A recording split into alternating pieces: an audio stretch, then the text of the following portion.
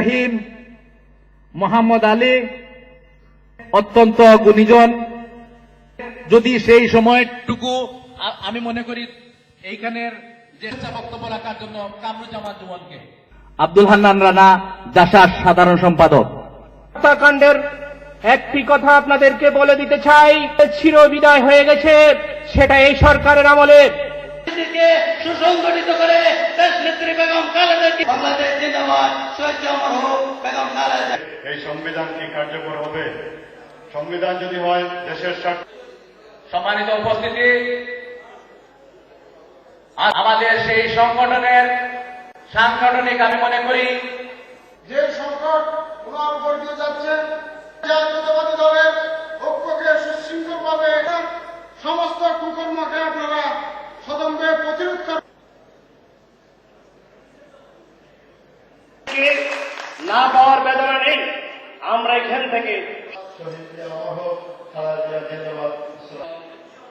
সংযুক্ত আরব আমিরাত কেন্দ্রীয় কমিটি কর্তৃক আয়োজিত সামনে বসা মত বিনিময় করতে পারি নাই। আমরা যদিও কষ্ট হয়ে থাকে, আমরা কষ্ট অনুভব করি না।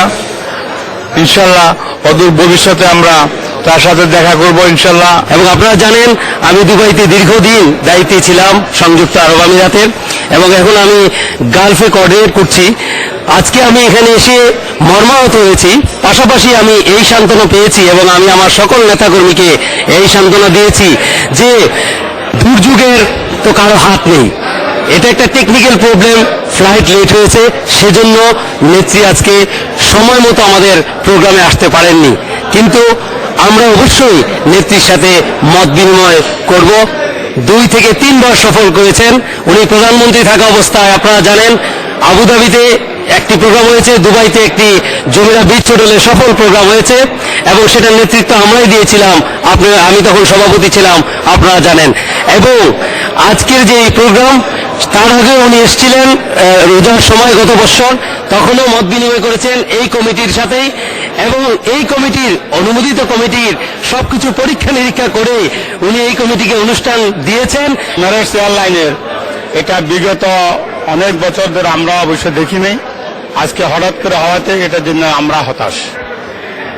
তো টেকনিক্যাল কারণে আজকে উনি আমাদের মাঝে উপস্থিত হতে পারেননি। আমাদের বার্তা হলো আমরা অবশ্যই চেষ্টা করব আমাদের দেশনেত্রী খালেদা জিয়াকে